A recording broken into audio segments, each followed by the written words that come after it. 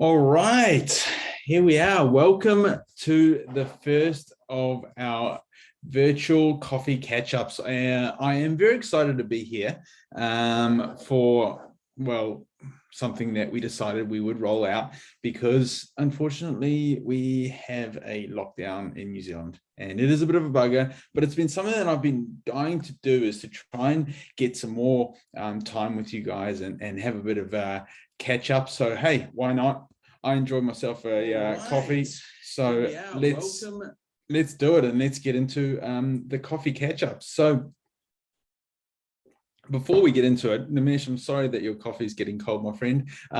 What I would like to know is, there's a few of you jumping on now, is where are you joining us from? I know that we're very fortunate to have some amazing people in the wealth mentor community through Australia, through New Zealand, through Singapore. So hey, let us know where you're joining me from. I know it's a pretty cliche question that we normally throw out there, but it's something that we love to hear from where you guys are coming to us from. Brisbane, Steve, awesome, great to see you.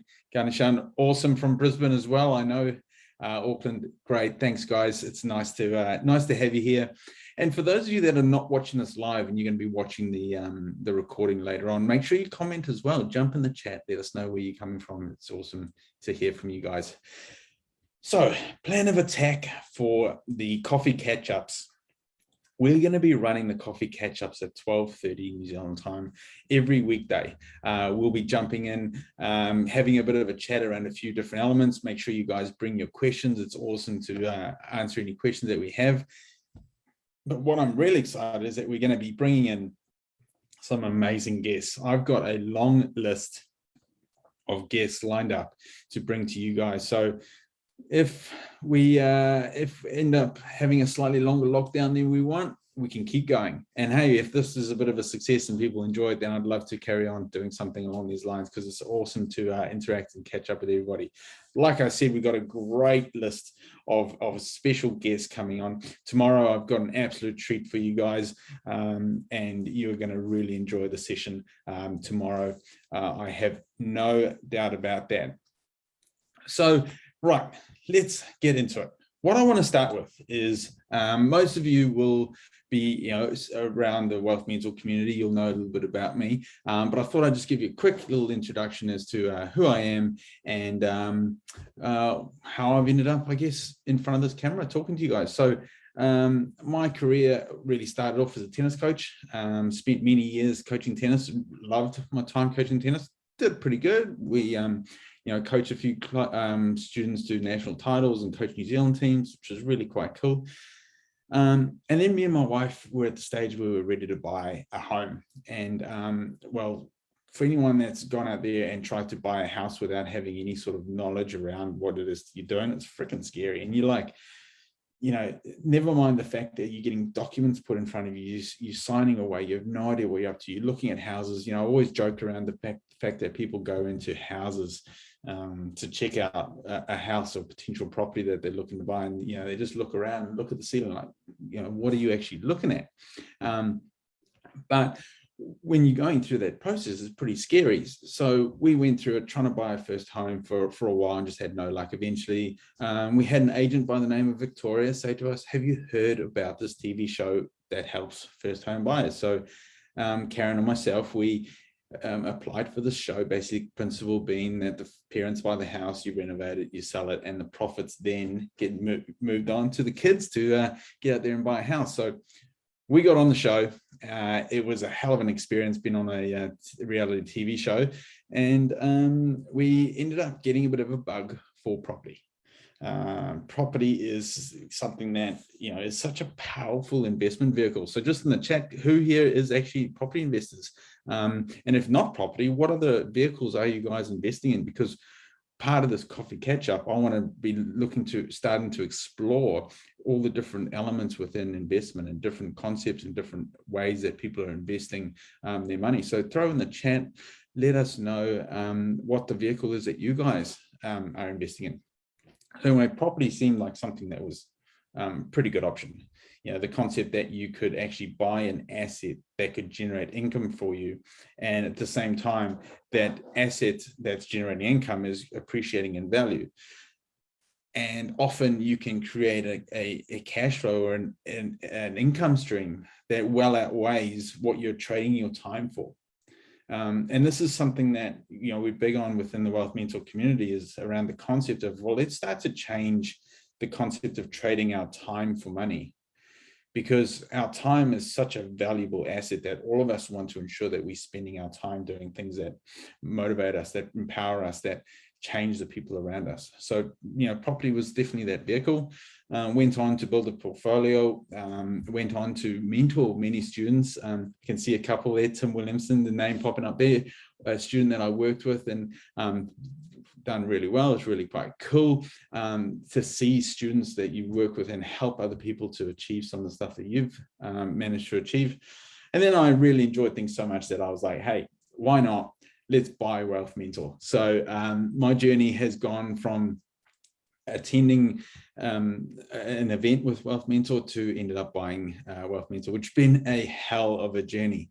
But what I believe this brings and gives you the opportunity to do, when you have the ability to change people's lives, it gives you such a great opportunity, a great accomplishment. And for those of you would have noticed that we've actually changed our tagline on our logo. So for many years, the tagline used to be property business shares underneath, property business shares. Well, you know what? We decided that for us, it's not about that. For us, it's about the opportunity to take wealth and make it accessible to everybody. So our tagline now, making wealth accessible to all. And that there is like, what an opportunity we have. Hence doing this catch up, hence doing these events so that we can show people and help people and hopefully give some options or some ideas that you guys can take away with and change your lives and change other people's lives, which is definitely what we're about today. So in terms of goals, let me have a sip of my coffee before I jump into this one. In terms of goals, it's something that is such a massive part of changing your life, or the way that you approach things, or the way that life kind of goes forward for you. For anyone that's successful, there's always goals attached to it. Things that we recommend with the goals is ensure that it's time specific, ensure that you reward yourself if you achieve that goal as well, because hey, who doesn't like a little bit of a celebration here and there. Raj, I can see video freezing for anyone else. Anybody else having issues with the video freezing, just let us know. Awesome. Fine for me. Cool. Awesome. Must be your end, Raj. All good. So goals are obviously something that's really important for anyone out there in the personal development space, or just looking to change the way that things go. So when we had the news on a couple of nights ago, or was it on Tuesday night, that we're going into a lockdown, for me, this was like, okay, I set goals in my life. I set goals in my business. Why not set lockdown goals? And I thought, this is an opportunity to make a step forward in many ways through lockdown, and use this period to as I say, step forward. So I shared that with the Wealth Mentor team, and the teams actually worked on some goals themselves within Wealth Mentor, and also for them personally. And I thought, hey, you know what? I'm going to share my goals with you guys today. Now, some of them are a little bit funny, a little bit personal, but I wanted to share some goals that I believe that we could make a difference with lockdown. Now, very important to have time-specific goals. When you want to achieve it by. A little bit hard through a lockdown. So my lockdown goals are a little bit open-ended, which would be fair enough when you look at, I guess, some of the elements, but on some of them, it probably makes my life a little bit hard, which is the exercise one that I put in there. So the goals that I've created for my lockdown time is, first of all, comes back to very much what I'm about, and that's my family. So my first goal is every day I want to create a moment or an activity that is extremely memorable for my kids. So every day we're going to do something that is going to create a memory. Because coming back to the goals relating to the why, you need to ensure that you have a why that drives you strong enough. For me, it's always been my family, and we'll get into why a little bit later today. And also one of the speakers that I've got lined up for you guys next week will get into some of those elements as well. So first one is make sure to create a memorable moment for my kids. Second one, which is a little bit harder, and yes, I achieved it on day one, so that's a good start, is I want to exercise every day. For those of you that have known me over the last few years, since going from a tennis coach to a property investor and businessman, the body is not quite what it used to be. So hey, let's get out there and try and do exercise every day. Part of the reason why the body's probably not quite there is I do enjoy a lager, big fan of a beer. So my goal as well is going to be that I won't have a beer until I've had at least 2 liters of water during the day. So there we go, another goal of mine. The next one for me is my personal Instagram following. I decided that I want to double my Instagram followers. So if you're on this and you're watching and you don't follow me, please help me with my goal. Jump over to Instagram and give me a follow. I want to double my Instagram followers. I want 1,000 new Facebook followers on Wealth Mentor. So you guys here on the Wealth Mentor page, that's part of that. So thank you for joining us today.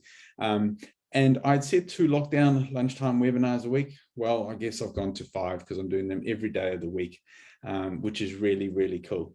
For those of you as well that are jumping in, I really recommend looking at goals for this time, because lockdowns can be used in many different ways.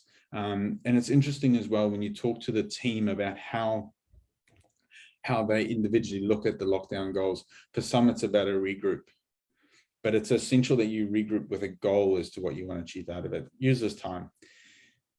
The other element, and I know that this is a very powerful and important, important part, is, are you being held accountable? Are you being held accountable for your goals? So for me, being held accountable, I shared this with my team, as well as that, I shared it with my family. Now, the funny thing is, when I shared it with my family, my wife then jumps in with a whole lot of goals, which entail work around the house. But hey, I guess that was, I was opening myself up for that one. But sharing goals and having accountability is really important, because then you've got people that are ensuring that they help you to achieve your goals. So make sure you share your goals, your accountability with those around you, so that you can look to achieve whatever it is that you're wanting to achieve. Right. So when it comes to investing, my avenue, as you guys know already, has been property, and then moving into the business side of it. Property has been such a powerful element, and I think it still continues to be such a powerful element. It's something that we're seeing so much. Well, I mean, if you open any sort of media outlet, and property is definitely going to be something that is spoken about. But why has property been such a great avenue for me? Well, I guess, you've got the ability within property to open up so many different ways of investing in it. Investing in property as well, you have the ability to invest in an asset that is tangible. There's so many strategies attached to investing in property. When we look at it from a big scale of things, we've got the ability to invest in property from a share standpoint. We could go into it from a commercial standpoint. We could go into it from buy and hold to lease options, to trading, to to developments. There's so many angles that we can come in with property. So property provides a great vehicle, but I think it comes back down to, before you understand what vehicle is going to be the best for you in terms of property, is just to take a step back and have a look at what is it that you're wanting to achieve. Figure out what that goal is that you want to achieve.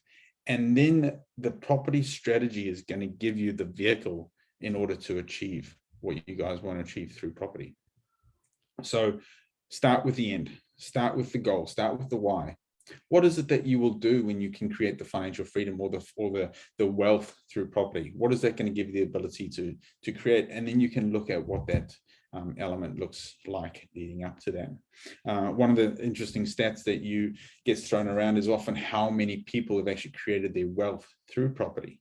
And the latest stat that I found for you guys this morning is that 90% of the world's millionaires have been created through real estate. That's a pretty telling stat when you look at that, 90%. New Zealand has seen a really interesting time in property over the last few years. We've seen exponential growth. A stat I was reading this morning that there was 171% of growth over the last